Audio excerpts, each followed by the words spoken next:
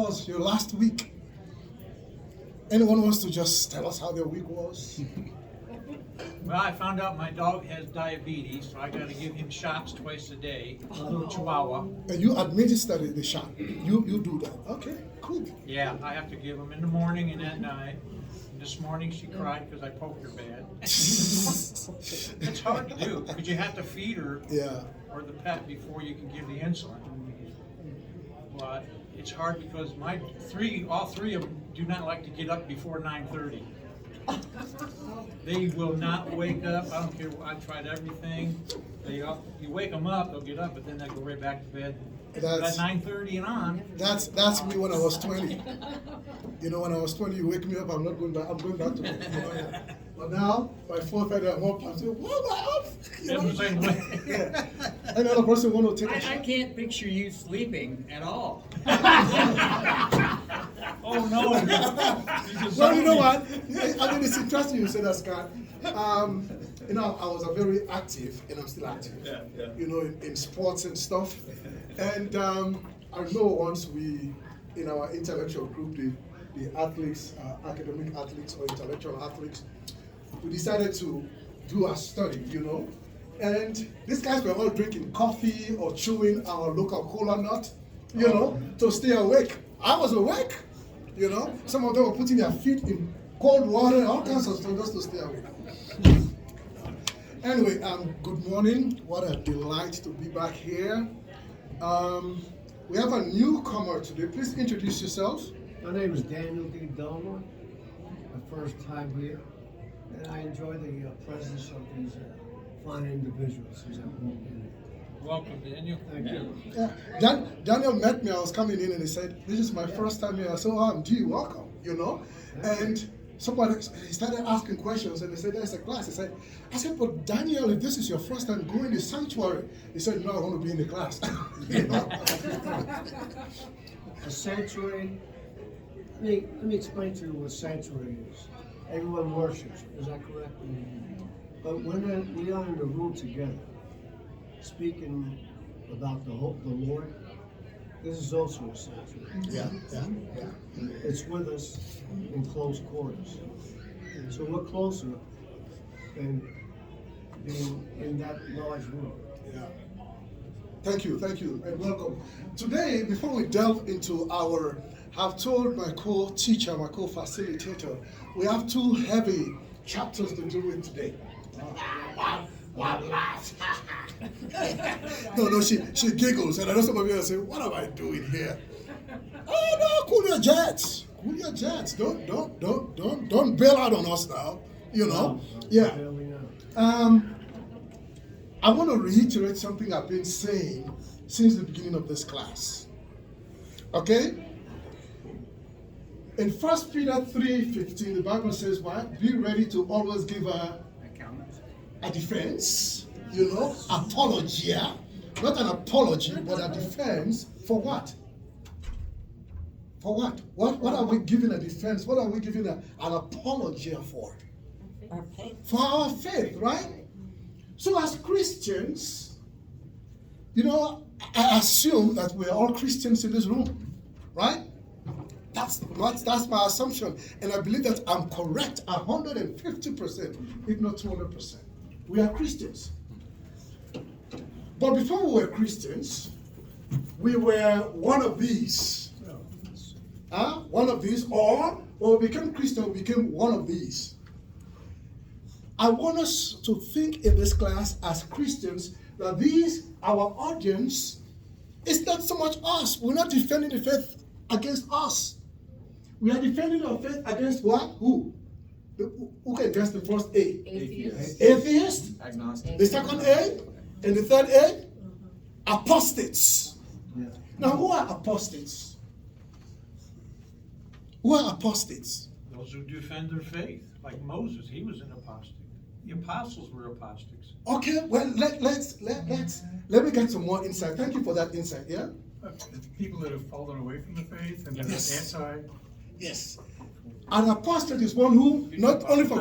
But that's apostasy, the fallen away. No. The same thing. Yeah, you're talking a noun and a verb, you know, so let's get that I see, clear. I'm You sorry. know, okay, so You're right. the apostate okay, That's one. is someone, not just a Christian, any religion, who had such a strong belief in this religion or faith and then fell away because of one reason or several reasons.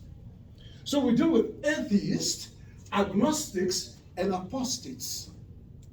When we are in this class, I want us to be thinking about our audience. For most of us, maybe our kids, they came to know the Lord at a particular age, but because of their experiences, they fell off. They went back into the world. You know, how do we help them? So today, John is going to try to just direct our conversations. I hope this is clear, because it's easy for us in this class, because we are Christians, we've always been talking about the Bible to each other and quoting verses. You know, if I'm an agnostic, you come in to tell me about, you quote your Bible verses, I'll just look and say thank you, but I don't believe it. You know, no, I mean, for me, there is no basis for your Bible. I'm hoping that in the second part of this class, not this 8 weeks, we'll look at Jesus. We'll start looking at the Bible as our guidebook. Why is the Bible our guidebook? What is the authenticity of the Bible?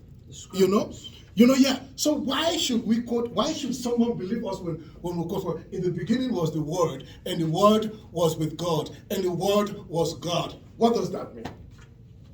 So for us Christians, it's easier for us to say, hallelujah, right? Yes, because the big now. What also is, in the beginning there was nothing. Nothing existed. So today, John is going to try to lead us. I want you to put on your thinking caps. Not as Christians talking to Christians, but as Christians trying to understand how the other world thinks. Are we together? Of course. Over to you, sir. All right.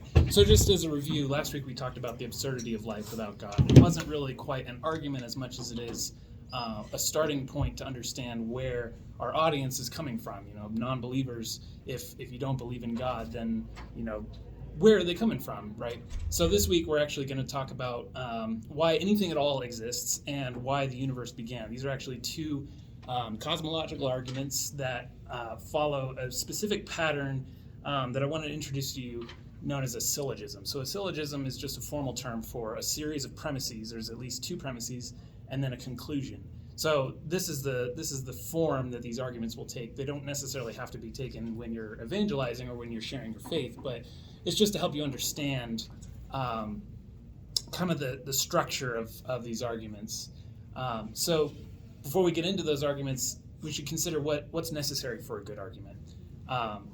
The arguments have to be logically valid. So in this case, this is an example of an argument. You can see in the first premise, all men are mortal, right? So does that make sense? All men are mortal. The second premise, Socrates was a man. So then the conclusion is, therefore Socrates was immortal. So is this a good argument? Does this make logical sense, right? So all men are mortal. When we consider just the first premise, is that more plausible than not, right? All men are mortal. Okay, so can we think of anybody who wasn't mortal? Jesus. Well, yeah, Jesus, of course, but even Jesus died, but in order to be resurrected, right? So then to say Socrates was a man, it then follows that Socrates was mortal, right? So that's just an example of an argument that has a series of premises that lead to a conclusion. They got chairs up front. Yeah, we got a chair here. You're fine. Go ahead. Pass it down. I guess so. Here we go. Just make yourself, comfortable. So last week, we presented the material first and then watched a video and review. So I wanted to try something a little bit different this week. So first we're going to watch a video that presents the Leibniz Contingency Argument, and then we'll review after watching the video. So we'll start with that. Let me make sure we got volume turned up.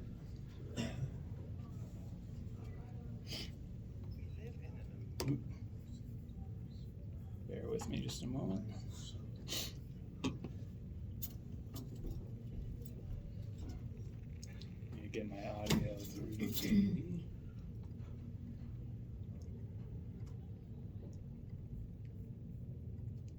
All right.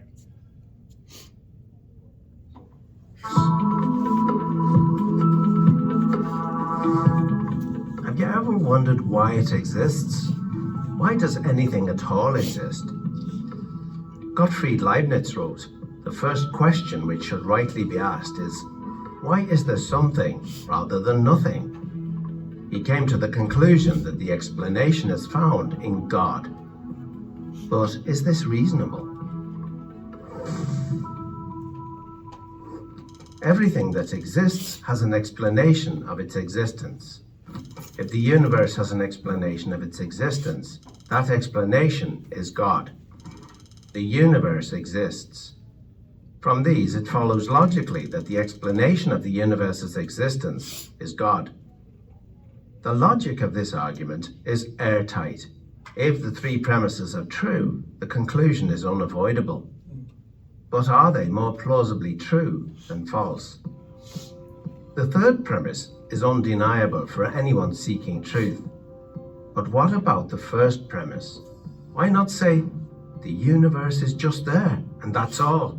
No explanation needed. End of discussion. Well, imagine you and a friend are hiking in the woods and come across a shiny sphere lying on the ground. You would, naturally, wonder how it came to be there. And you'd think it odd if your friend said, "There's no reason or explanation for it.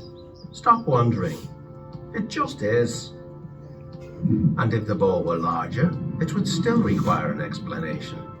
In fact, if the ball were the size of the universe, the change in its size wouldn't remove the need for an explanation. Indeed, curiosity about the existence of the universe seems scientific and intuitive. Someone might say, if everything that exists needs an explanation, what about God? Doesn't he need an explanation? And if God doesn't need an explanation, then why does the universe need an explanation? To address this, Leibniz makes a key distinction between things that exist necessarily and things that exist contingently. Things that exist necessarily exist by necessity of their own nature. It's impossible for them not to exist.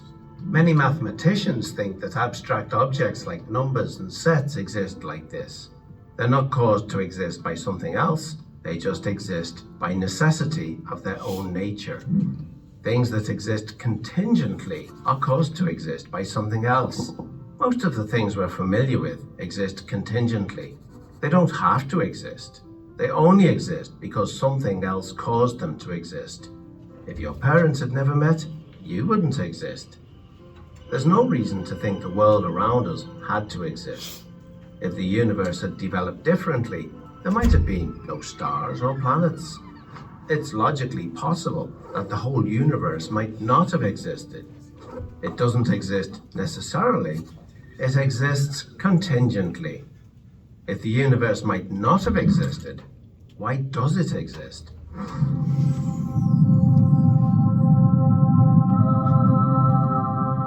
The only adequate explanation for the existence of a contingent universe is that its existence rests on a non-contingent being, something that cannot not exist because of the necessity of its own nature.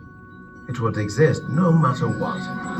So, everything that exists has an explanation of its existence, either in the necessity of its own nature or in an external cause. But what about our second premise? Is it reasonable to call the explanation of the universe God? Well, what is the universe? It's all of space-time reality, including all matter and energy. It follows that if the universe has a cause of its existence, that cause cannot be part of the universe. It must be non-physical and immaterial, beyond space and time.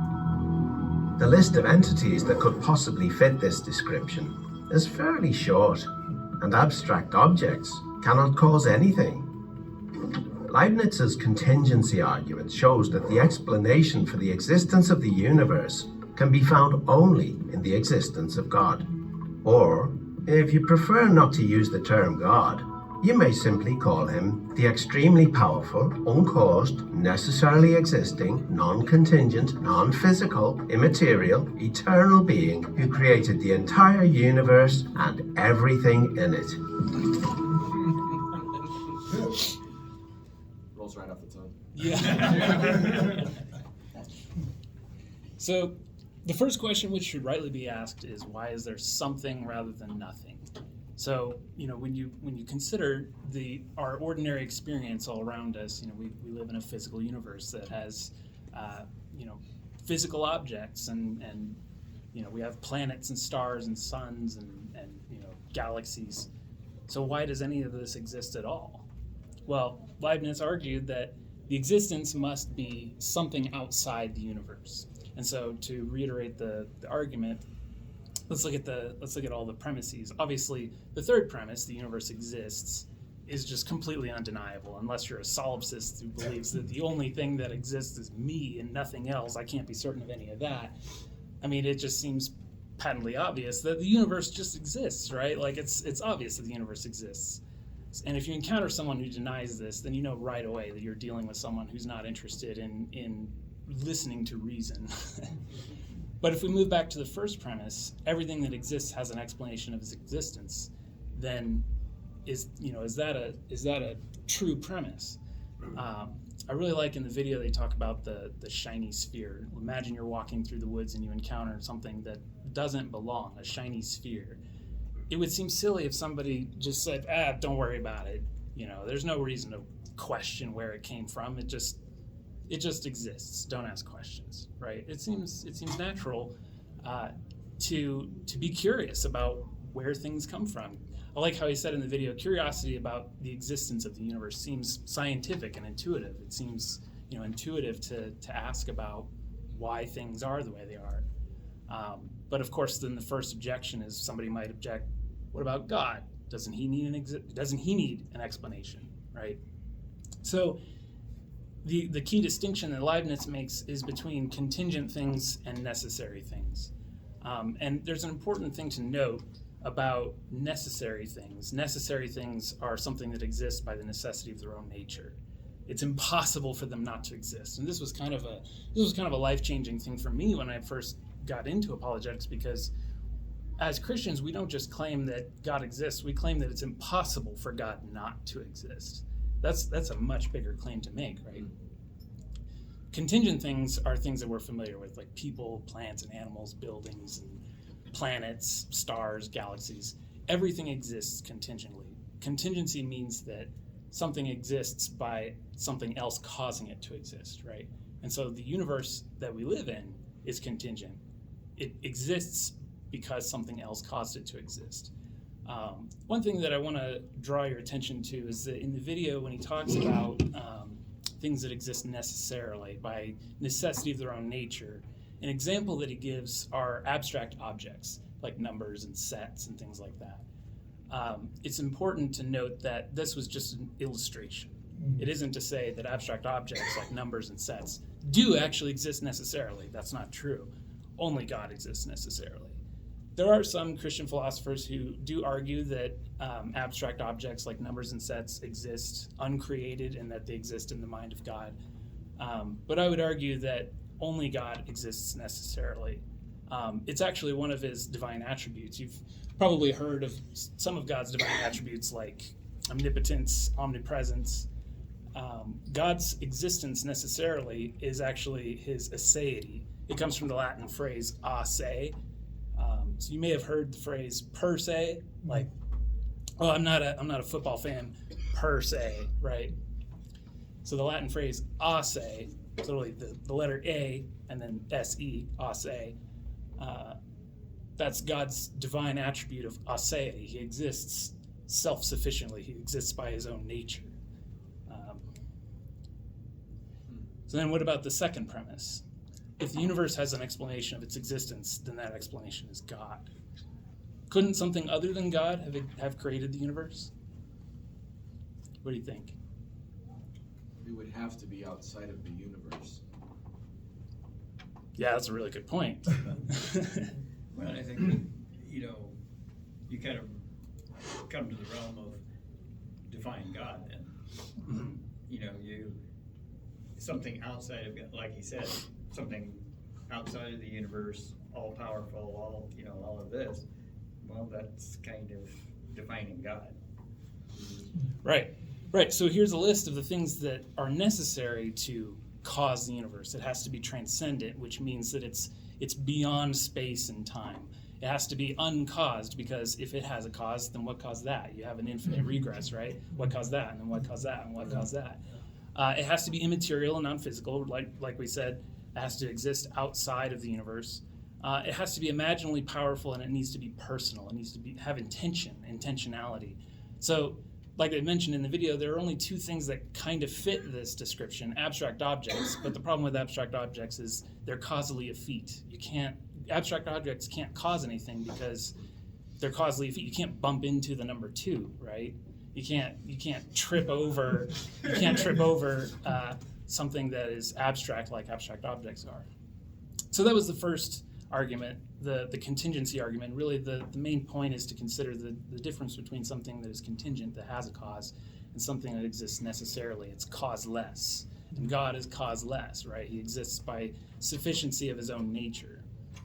I have a question. Yeah. Why does God have to be non-physical? Because then he would be limited. If God were physical, then he would have limitations. If he existed within our universe, then he would have boundaries, right? And so that would put a limit on his greatness. And God is a maximally great being. He doesn't have God boundaries. has an image. Right, but that doesn't necessarily mean that he has boundaries or that he has limits. Does nature create boundaries? Like you can't lie? Well, yes, but I would say that he exists within his own goodness. Like, he is the highest good, right? So, like, if he exists within the limitations of physical space and nature, then there are places he can't go, right? No. Why? Yeah, why? I don't necessarily think that physicality has to be limited. Explain that. Physicality. Our physicality is limited. Uh-huh. Our physical, I can't be in two places at once because I'm a human being. Mm-hmm. But God has an image, and we are created in that image. But God is God, and therefore, I think, even though one might say that he's non-physical, I think he can still have there are several points in the Bible where he takes physicality, and sometimes it's in different physical forms, a burning bush, or, Jesus, the Holy Spirit, all of these other physical things that are both physical and non-physical. But why does God? Because if you say God has to be non-physical, isn't that a limitation? Well, no. The cause of the universe in our argument being God, it means that the cause of the universe can't be part of the universe, because then, of course, first the universe would have to have existed in order to have caused itself. So whatever caused the universe must be above the universe. It has to be greater than the universe. That's all the point is making. I'm not denying that God descends into the physical universe and takes on physical forms, but it's just to say that God's higher than the physical universe. He's greater than the physical universe. Yeah. Okay, in the Old Testament, there's 2 covenants. Mm-hmm. And when Christ came down to earth and decided to take a spiritual dwelling inside of us, there was no need for him to take a physical presence. Right. In the Old Testament, technically there really wasn't a Holy Spirit. He just existed, and you would pray to him, you give the offerings, and you follow things like that. But when he said that wasn't working and people weren't getting the idea, and he wanted to send his son to show us love, that new covenant changed everything. So everything in the Old Testament is for our reference, and it was for people of that time when he didn't take a physicality. So we're in the New Testament now. Yeah. And things have changed, so we can't look back at the Old Testament. We're not held by Moses' law anymore. When he came down, he changed it to two things. Love yourself like you love God and your neighbors. And that covers all the others. He knew that no one could be perfect. To do that, he gave an example of what perfect means. He never, ever expected us to be perfect because we fell from sin. The New Testament came along and changed all those rules. We have to be in the present. The past is just to learn how he taught other churches and people, and it was for them at that time, but it's for us also to understand what he was trying to tell them. It's an example, but the New Testament tells us how to be today. Yeah. Can we go back up and I want to clarify a point that you made? Sure. You have necessary objects and abstract objects, or uncaused objects. Yep. Those two things that I have. But the only example that you have for that is God. So you can't give an actual example of anything else. Yeah, so I mean, let's consider something like the flying spaghetti monster, right? So like atheists like to use the flying spaghetti monster as an example of a God that created all of the universe and everything in it. The problem with the flying spaghetti monster is that he's confined by the concept of the flying spaghetti monster is confined by the properties of the universe. He has a physical body, right? So God is a maximally great being. He's higher than the universe. That's the main point here. So another objection that somebody might make is that, well, what if the universe just exists necessarily? What if the universe itself exists necessarily? And so the problem with that is that you would have to then have an eternally existing universe. So then the question is, has the universe existed forever, or does it have a beginning? Has the universe begun to exist? Which is actually a perfect segue into our next argument, which is the Kalam Cosmological Argument. Before we get into that, are there any other questions or any discussion on? I think on the this? question there, going back to that point, is trying to make the argument that you have these two choices, but the only example of this choice, because right away you're like, okay, and you're trying to think of, hence they proposed number sets, right? But the only example that you can say is God. So right away in your argument, you're addressing a failed premise, because there isn't any other example. There's God. That is the answer. So when you're trying to argue with somebody, it's either I'm right or I'm right. So I think what just hold on. You bring in some very interesting point, but I saw your hand up. Well, if you go back a slide, where it's saying it's God, that's not saying it's the Christian God. There's any number but main gods. There's the Jewish God. There's different flavors of the Jewish God. There's the Muslim God, and so it's not saying it's the Christian God. Yeah, you make an excellent point. So the Leibniz Contingency Argument, the Kalam Cosmological Argument, the fine-tuning of the universe, a lot of the first arguments that we'll cover in this class just point to general monotheism. You could say that, in fact, the Kalam Cosmological Argument was developed by a Muslim. So these aren't necessarily arguments that point specifically to Yahweh, but they are still useful for us as Christians to point to the existence of God, particularly for the atheist and agnostic in our audience. And when we get further on in the class in the material, toward the last 2 weeks, actually, we'll get into the specifics of Christian particularism, which point to why Christ is the one and only way, and why it's not just any God, but this God. Yeah, Randy? So I think there's a couple people that came in late and missed what Dee was talking about, the 3 A's. So the first, he was talking about the audience, like who are we talking to when we are given a reason for our hope that what we believe. We're not talking to other Christians most of the time. It's either atheists, agnostics, or apostates, people who have fallen away.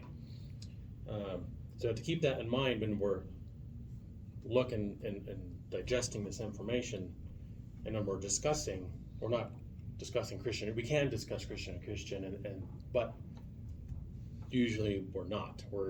So when we want to understand how to take it and mold it and deliver it to someone who doesn't believe, and like to your point, when we say God, they're just going to go, well, God doesn't exist, so you can't use that argument.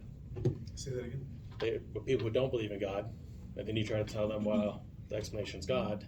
It's like, it's not that the explanation is God. The caution is that you've. So we're going to argue. Yeah. I'm right. Now let's argue. Right, and this isn't saying. This is just one argument for it. It's not saying it's right, but it's but in the two examples, right? You have necessarily caused, or can you go back to the slide? Yeah, because I'm getting them wrong. Things that exist contingent and necessary, and the only so you propose these two things. There's contingent things like a house, like this building. Right? We made this stuff, and then you have a necessary thing, and then. Okay, so what's an example of a necessary thing? Well, God. Okay, what's another example of necessary thing? We don't have another example. Well, some people argue that I don't want some abstract people. objects. I want an example, right? So if you're going to argue with me, so again, we're going to debate. I'm right, right? We can debate anything you want. We can pick colors, right? But you need to understand that I'm correct. Well, I think I think you have the wrong idea of an argument discussion. I don't, because So, I know. What I'm saying is the caution here is when you want to talk about the necessary objects, because you're going to run into a guy like me, and it's going to say, well, that's not really a worthwhile argument if the only example is the example that you're going to tell me has to be, which is God, right? So I'm going to debate with you that God doesn't exist.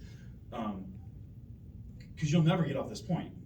I'll never let you off this point. So I would say that if you're engaging with someone who claims that there are more things that exist necessarily beyond God and abstract objects, then the burden of proof rests on the person who wants to claim that the list is longer. Yeah, and if they say that there's the nothing list else, is shorter, so now the burden of proof is on you to tell me why it's shorter. No, it would be on the person who's claiming that the list is longer, because if you're stating that the list of things that exist necessarily are God and abstract objects, then the person who objects to that must bear the burden of proof that the list is longer, because they're claiming that it's longer. So I'm going to so say what that they're the list doing is they're only making contingent. I'm going to tell you the list is only contingent. So you're going to say that there are no necessarily existing Correct. objects. And then now the burden of proof, because you can't give me, because you said it exists, but the only thing that exists is the thing that we're not sure exists. I'm not sure exists. So then what you'd be doing is making an appeal to mystery. Sure, but give me another deal. All I'm saying is that making an appeal to mystery is not a strong argument. Sure it is, because you're not trying to argue whether 1 and 1 can be anything other than 2. What you're trying to convince me is that I have the wrong perspective. And that's not what we're doing. And don't hold it. This your point is valid, and now again, like I said at the beginning, it's so easy for us as Christians, and I like your arguments, as Christians to just say, well, this is what we believe in, you got to believe it, I shared with my dear brother Gary the other day about these nuances of the arguments, so let's not use the word God. Okay. Like, I think in the video let's not use the word God, because you know what? The word God throws a lot of people off. So let's use those synonyms and see if we can extend the argument to, because as long as you don't use the word God, you use other synonyms. It's quite interesting how folks would be blindly, blindly engaged because the word God has now been taken off the equation. Right. So, to me, when I've gotten into these things, what I have found is the stumbling block is to say that so, spoiler, it's correct. Yeah. Right? But we're not talking about what is correct. No. What we're talking about is what will allow me to conceptualize, right? Yeah. And if you're not prepared to argue me off of this point, you're not going to make a point with somebody else, right? And so what I have found is these are the two things. I don't know what a necessary thing is. The only thing I've come up with is a creator. We can call it God or whatever you want to, right? So that's my point. Exactly. But if you're sitting in there and you're trying to debate, and in order to move the debate forward, I have to accept the premise of necessary and contingent, and the only necessary other thing that exists is God. I would say that if someone wants to argue that there is a third option, that contingency and necessary things aren't the only two things, that there is a third option, then again, they would have to bear the burden of proof that there is a third option, because things that exist contingently and things that exist necessarily are mutually exclusive. There is no third option. Sure, it's not that there's a third option other than these two categories. It's I want another thing to point to within that category. Within the necessary. Well, and so and if I can't come up with one. Right. What I'm saying is that if someone wants to claim that there is a third option in the category of things that exist necessarily, then they have to bear the burden of proof of coming up with something. Or that we have falls to agree that it might exist, but I don't know what it is. Excuse me. Which again would be an appeal to mystery, which is a weak argument. No, for the other person to say, okay, now we can move forward. Because what you haven't said is, we're going to debate, and I am correct. Okay. And of course, in almost every debate, you come with your strong position, and you say you're correct until you are convinced otherwise, right? Right. Yeah. So when I'm going to a debate, I better go into that debate with the mindset or belief that my position is correct, or else I'm just going into a losing debate. Right. So for me, and this conversation is very, very good. It is, actually. And now, my dear brother there is a very strong Christian. He and I have been in this church for over 14 years. But these are the kinds of arguments when we meet with others. He keeps pushing, and we need to move ahead. Yeah. We need to move on. He keeps pushing that the burden of proof should be on the other person who disagrees that the only option in the necessary is that Almighty, that Creator, So now we will continue with these kinds of conversations as the class progresses. But I like the way we think it. This is good. Let's move on. We need a referee. Good job. Thanks, Steve. All right. Yeah. Let's move on. So, remember I mentioned before we move on to the next argument. What about the idea that the universe just exists necessarily itself? So, in order for the universe to exist necessarily, the universe would have to exist eternally in the past. So let's move on to the next argument to consider that.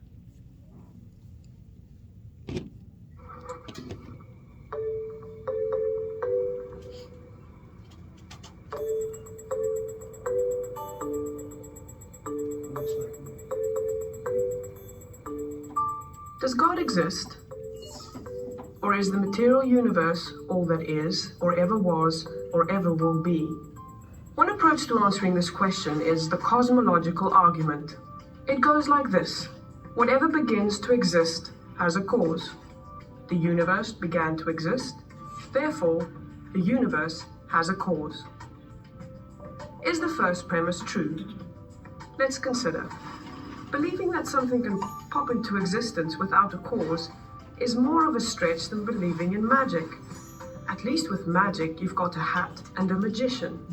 And if something can come into being from nothing, then why don't we see this happening all the time? No, everyday experience and scientific evidence confirm our first premise. If something begins to exist, it must have a cause. But what about our second premise? Did the universe begin, or has it always existed? Atheists have typically said that the universe has been here forever. The universe is just there, and that's all. First, let's consider the second law of thermodynamics. It tells us the universe is slowly running out of usable energy. And that's the point. If the universe had been here forever, it would have run out of usable energy by now. The second law points us to a universe that has a definite beginning. This is further confirmed by a series of remarkable scientific discoveries. In 1915, Albert Einstein presented his general theory of relativity. This allowed us, for the first time, to talk meaningfully about the past history of the universe. Next, Alexander Friedmann and George Lemaitre, each working with Einstein's equations, predicted that the universe is expanding. Then in 1929, Edwin Hubble measured the red shift in light from distant galaxies. This empirical evidence confirmed not only that the universe is expanding, but that it sprang into being from a single point in the finite past. It was a monumental discovery, almost beyond comprehension. However, not everyone is fond of a finite universe, so it wasn't long before alternative models popped into existence. But one by one, these models failed to stand the test of time. More recently, 3 leading cosmologists, Arvin Bord, Alan Guth, and Alexander Vilenkin, proved that any universe which has on average been expanding throughout its history cannot be eternal in the past, but must have an absolute beginning. This even applies to the multiverse, if there is such a thing. This means that scientists can no longer hide behind a past eternal universe. There is no escape. They have to face the problem of a cosmic beginning. Any adequate model must have a beginning, just like the standard model. It's quite plausible then that both premises of the argument are true. This means that the conclusion is also true. The universe has a cause. And since the universe can't cause itself, its cause must be beyond the space-time universe. It must be spaceless, timeless, immaterial, uncaused, and unimaginably powerful, much like God. The cosmological argument shows that, in fact, it is quite reasonable to believe that God does exist.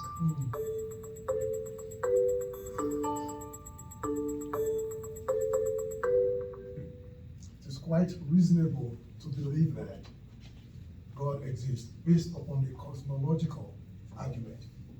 So let's go ahead. I mean, just rehearse those premises, or steps. Yeah, I really like the point that you made, Dee, because it kind of gives you intellectual permission to believe in God.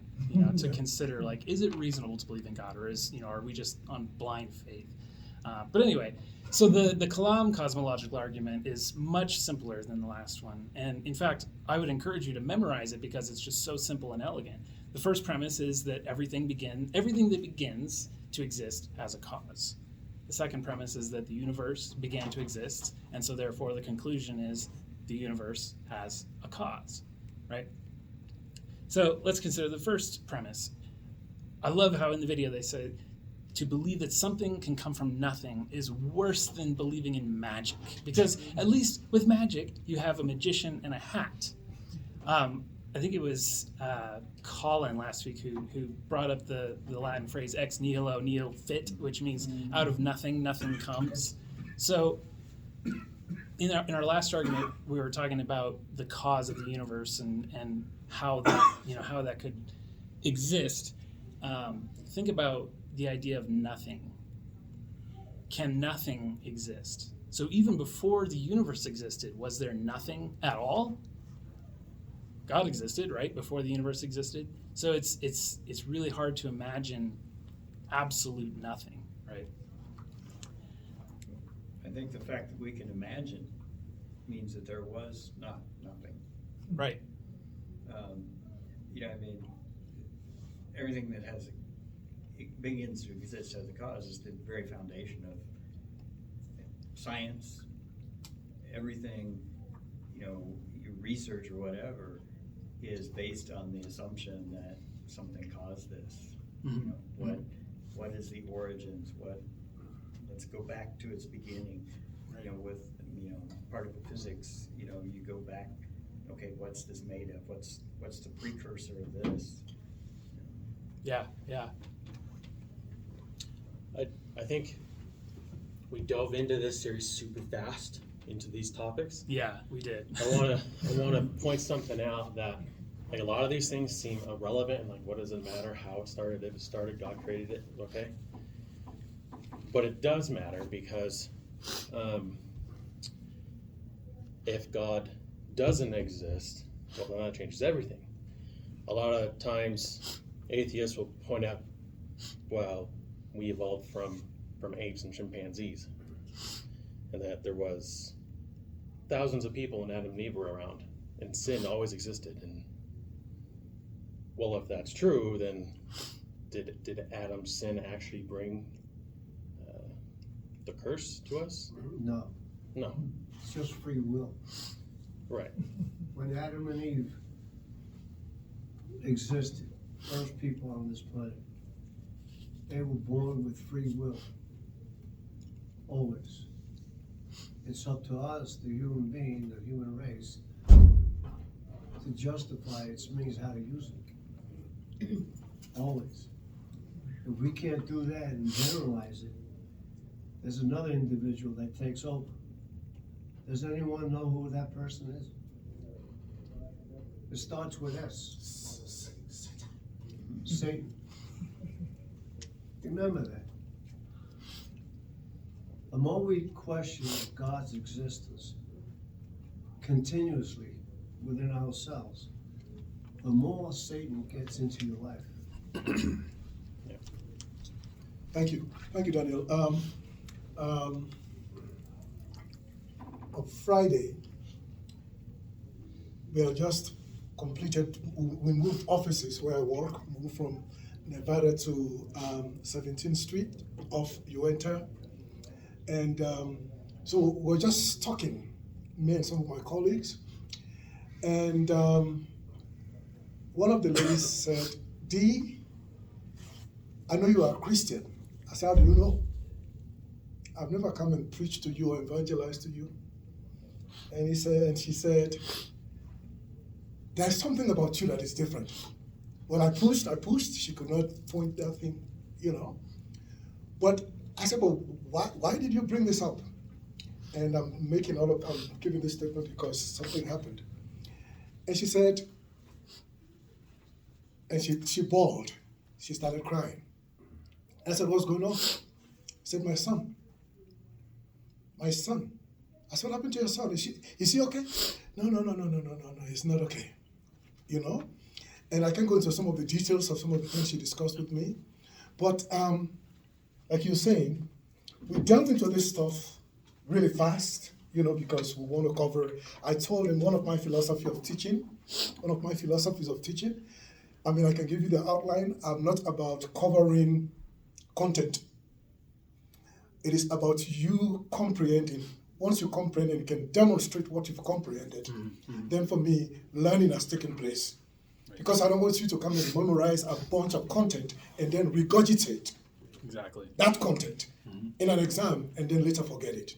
But anyway, when this lady told me the story about her son, I started thinking about each member of this class. I don't know how many of you here, are facing with maybe your grandkid, your kid, your a friend, that falls into one of these 3 A's. Now, this lady is in a Lutheran church. They've been going to church all this while, and she believed, by golly, that her son was a Christian. And now this son has become an apostate, turned away from God, and doing some of the wildest things you can ever imagine. And as I thought about this class, I said, I know we have so much to cover, and John and I want to make ourselves available. And besides, please, one of you sent me an email. We have our class email here. What is it, John? It's defendersapologetics@gmail.com. Yes. Please, I know we're not going to be able to cover all of this in the class. 1 hour is not enough for. No. But as members of this church, and we're talking about using our gifts and stuff, and a bunch of you here have, a lot of ideas, of experiences. Most of these people who are coming to us, the atheists, the agnostics, they are coming to us with their experiences. And each of us here has an experience, or we have experiences. I looked at the questions, the first day I asked you to write down your questions or issues you want us to discuss in this class. I could just tell as I put them in categories, these were all coming from your experiences, or either past or current experience, So please, I just want to say this before we continue, because there is no way we can cover everything. Right. If you have an issue you want to discuss, please go to that email and send it to us. And then as a class, because we all have access to that, as a class, we can find ways to help each other. We believe in iron sharpens iron. I don't want you to look at this class and say, I'm so confused. I don't even know I'm going to that class. It's good to be confused sometimes. How many of you have been confused about so many issues in life? Show of hand, how many of you? Yeah. So please, these issues are very real. Because most of the time, all my life I work in a Christian organization. All my life. Until recently. And I started realizing, I have to watch what I say so I don't offend people. But if they want to offend me, I pull them aside and talk to them. I don't bash people on the head, So let's find a way to build each other up through this class. Yeah. Yeah. Because they're out there. Those 3 A's, they're out there, and we are going to be confronted with them and by them. Thank you. Continue, Joe. I hope it hasn't been too terribly distracting, but I've been dealing with an incredibly distracting nosebleed throughout this entire class. You've been managing it well. Yeah, I apologize for the distraction and my preoccupation. So the first premise, everything that begins to exist has a cause. Nobody honestly believes that an Eskimo village or a horse can just pop into existence without any explanation, right? And we can see from scientific observations of the redshift in galaxies and the second law of thermodynamics that the universe is finite in the past, right? So the second premise, the universe began to exist. Nothing in our universe can actually be finite. But what about God, who's outside of our universe? In what sense is God infinite? Why does this matter? What's the question? So nothing in our universe can be actually finite. There are no actual infinities. But what about God? In what ways is he infinite, and why does that matter? Well, I don't think we can. Well, didn't we say that God isn't in our universe? Right. Well, he exists outside our universe, but he has the ability to descend into our universe. Yeah. Is that because of the Trinity? There's 3 parts of God. One of them can interact with us. The other one's outside, guiding, and everything. I mean, if you don't believe in the Trinity, then of course God can't be everywhere, and nobody can speak to him.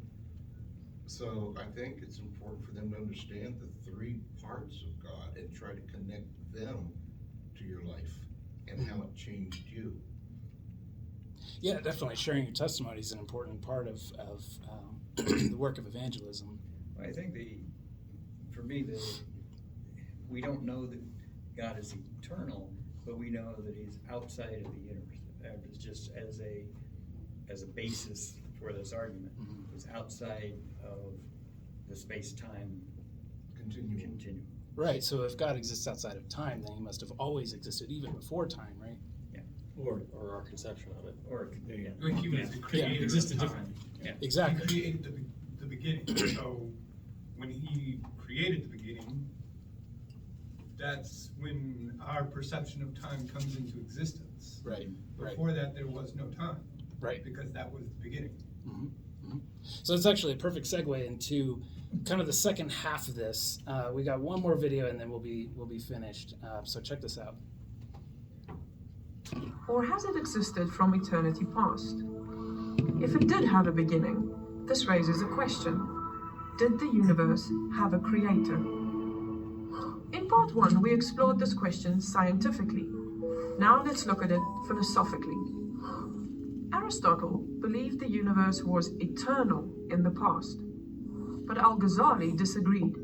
He pointed out that if the universe did not have a beginning, then the number of past events in the history of the universe is infinite. But that's a problem, because the existence of an actually infinite number of past events leads to absurdity. It's metaphysically impossible. Why? The mathematician David Hilbert illustrates the problem by imagining a hotel with an infinite number of rooms, all of which are occupied. There's not a single vacancy. Every room in the infinite hotel is full. Now suppose a new guest shows up and asks for a room. The manager says, sure, no problem, then moves the guest who was in room number 1 to room number 2, and the guest who was in room number 2 to room number 3, and so on to infinity. As a result of this shuffling, room number 1 becomes vacant, and the new guest happily checks in, even though all the rooms were already full, and nobody has checked out. And it gets even more absurd. Suppose an infinity of new guests show up at the front desk. No problem, says the manager. Then she moves each person into a room with a number twice that of his own room. So the person who was in room number 1 moves into room number 2. The person who was in 2 moves to 4. The person who was in 3 moves to 6, and so on. Since any number multiplied by 2 is always an even number, all the odd-numbered rooms become vacant, and the infinity of new guests gratefully check in. And yet, before they arrived, all the rooms were already full. It gets even crazier when the guests start to check out. Suppose all the guests in the odd-numbered rooms check out. In that case, an infinite number of people have left the hotel. And yet, there are no fewer people in the hotel. But suppose instead, all the guests in rooms numbered 4 and above check out. In that case, only 3 people are left, and yet exactly the same number of people left the hotel this time as when all the odd-numbered guests checked out. Thus, we have a contradiction. We subtract identical quantities from identical quantities and get different answers. These absurdities show that an actually infinite number of things cannot exist in the real world. Here is a second argument Ghazali offers against a past eternal universe. Suppose that for every 1 orbit Saturn completes around the Sun, Jupiter completes 2. The longer they orbit, the further Saturn falls behind. Now, what if these 2 planets have always been orbiting the Sun from eternity past? Which has completed the most orbit? Strangely enough, the number of their orbits is exactly the same, infinity. But that seems absurd, for the longer they orbit, the greater the difference becomes. If the universe has always existed, then an infinite series of past events has been formed by adding one event after another. It's like a sequence of dominoes, falling one after another until the last domino, today, is reached. The problem is that the final domino could never fall if an infinite number of dominoes had to fall first. So today could never be reached. But obviously, here we are. It's today. So the number of events leading up to today could not possibly be infinite. The infinite is nowhere to be found in reality. It neither exists in nature, nor provides a legitimate basis for rational thought. The role that remains for the infinite to play is solely that of an idea. What objections might be raised to these arguments? Some people object that, unlike the rooms in Hilbert's hotel, the events of the past don't all exist at the same time. But we can easily tweak the story to get rid of this objection. Suppose the hotel has been under construction from eternity past, 1 room being added each year. How many rooms would there now be in the hotel? An actual infinite number. So if the past is infinite, that would imply that Hilbert's hotel could exist, which is absurd. Others have objected that an actually infinite number of things do exist, namely numbers and other mathematical entities. However, this objection presupposes that numbers really exist. but this is a highly disputed assumption that most philosophers reject. So if Ghazali's two arguments are right, then the universe is not eternal in the past. It must have a beginning. And we know intuitively that whatever begins to exist requires a cause of its existence. Thus, we are led to conclude that the universe has a cause of its existence. So what caused the universe? Atheist Daniel Dennett says, the universe caused itself. But this is incoherent, because in order to cause itself to come into existence, the universe would have to exist before it existed. The cause of the universe must therefore be outside of the universe, spaceless, timeless, immaterial, and enormously powerful. Much like God.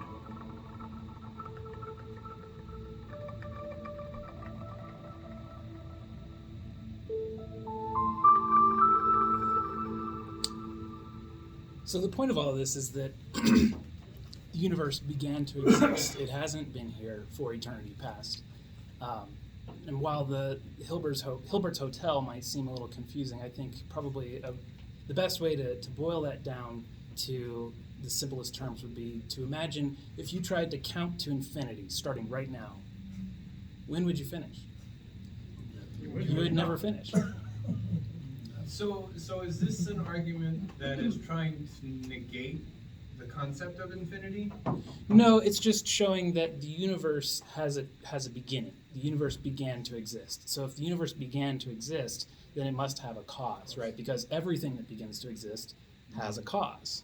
I think to answer your question, it's not arguing the concept of infinity, but it's arguing that the concept of infinity can be applied to the real world in a physical sense. Okay. Right. Infinity can't exist within our universe. It has to be outside our universe.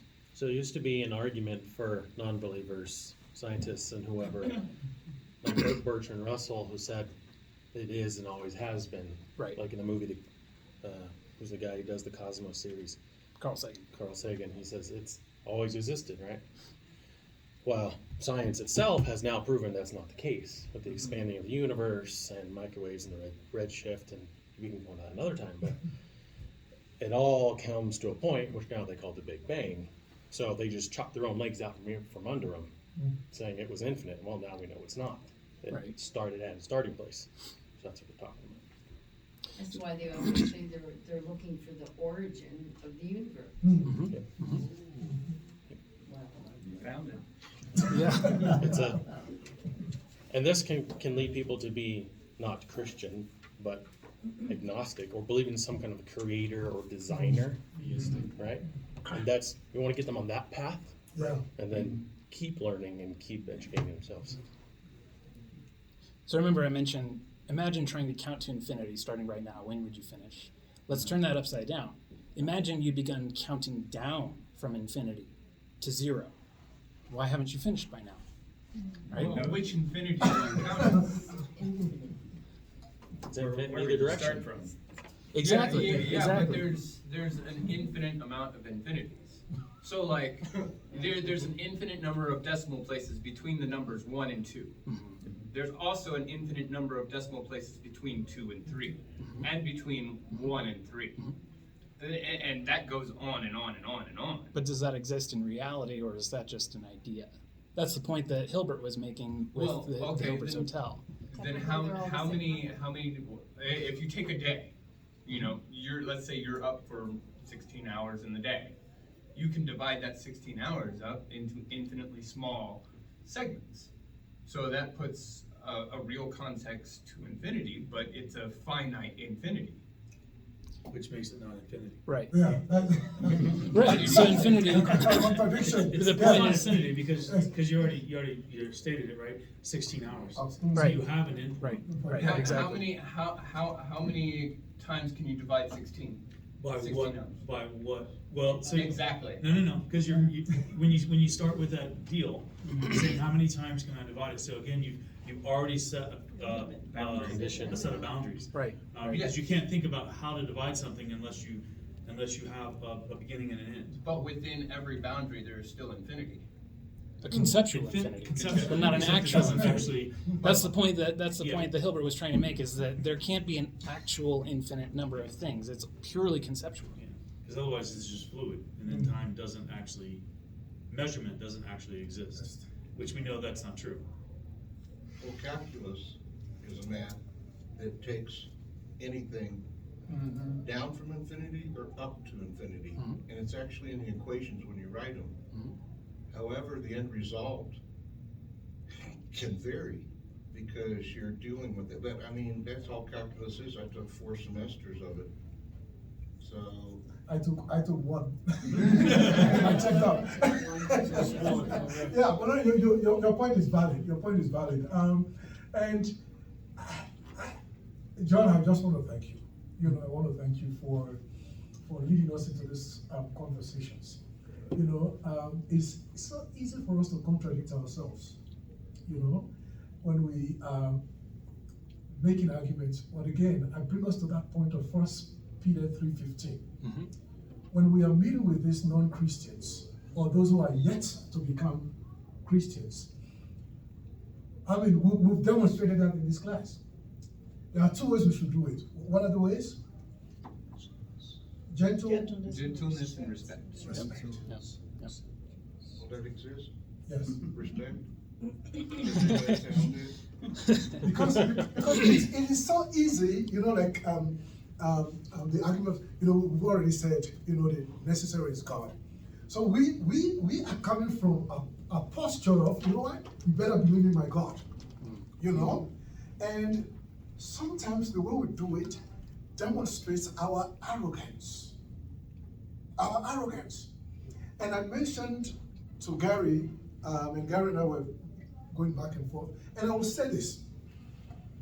My experience as a Christian for over 30, if not 40 years, yes, over 40 years, is that D. Walker in himself knows nothing, is nothing, cannot do anything without God. Now we have God the Father, God the Son, and God the Holy Spirit. If you were in church when our pastor did a series on the Holy Spirit, one conclusion I've come to all these years is that I've been empowered and I've been given the leeway to go and evangelize, to talk about God.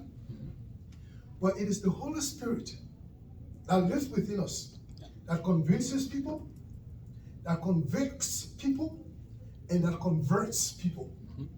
That's why I've always, when I was a missionary, or I see missionaries come and say, I was able to convert. No, you were used by God to lead people to Christ. You in yourself, no way.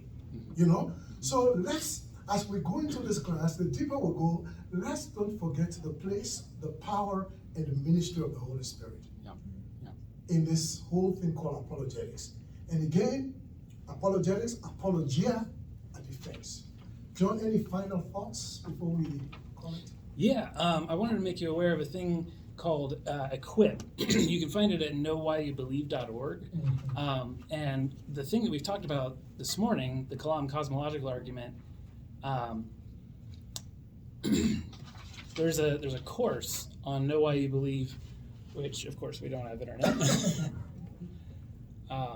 There's actually a course you can take for free, completely free, at knowwhyyoubelieve.org. Let me see if I can get internet access really quick. Bear with me just a moment.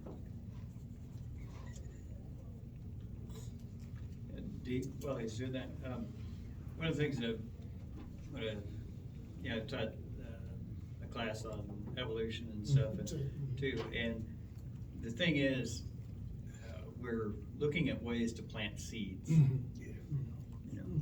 Yeah. This won't convince somebody to be a Christian. No. But this may plant a seed.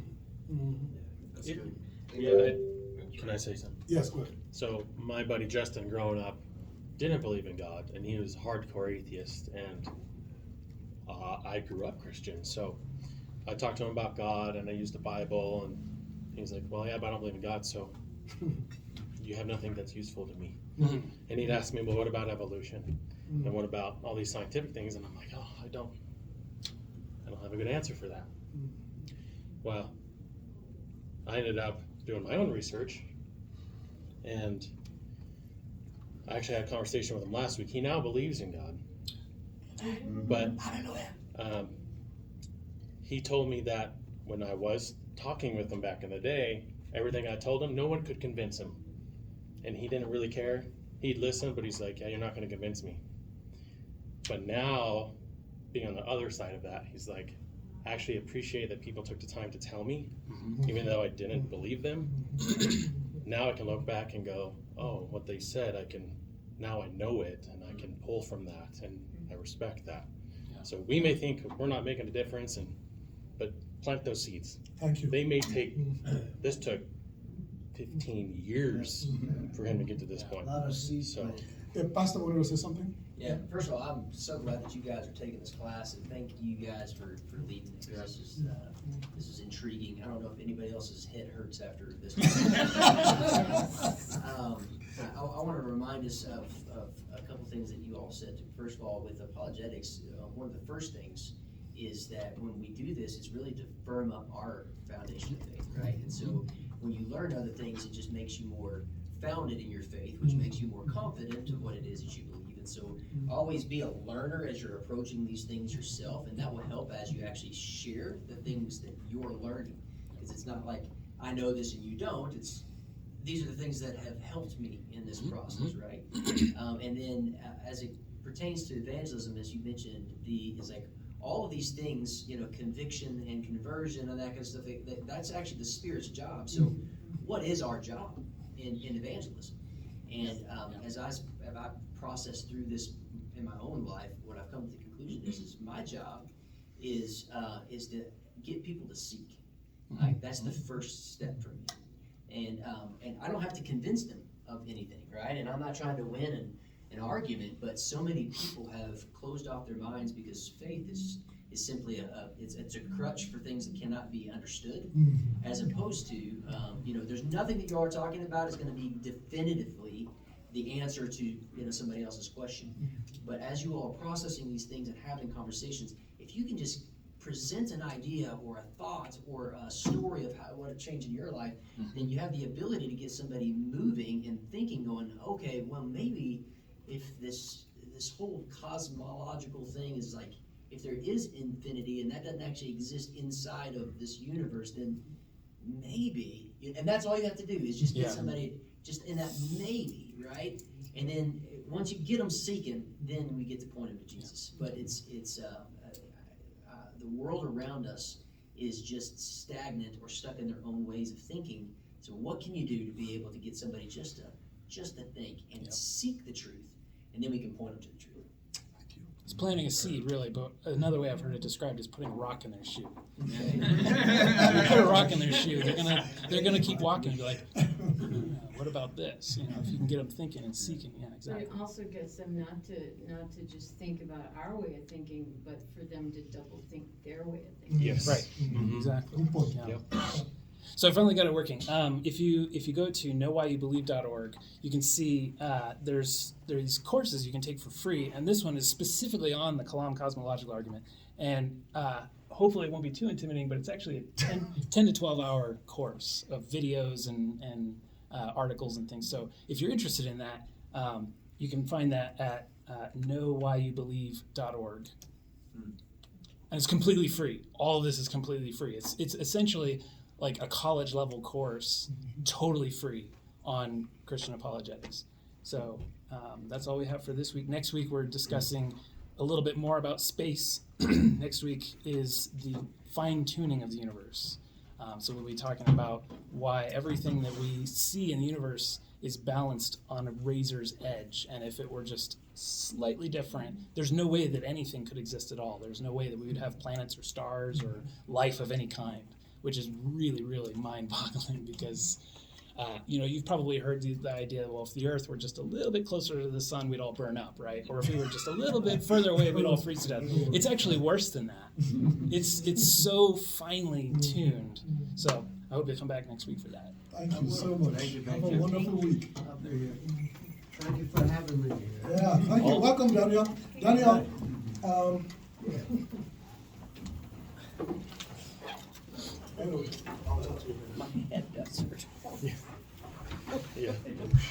So all these videos can be found on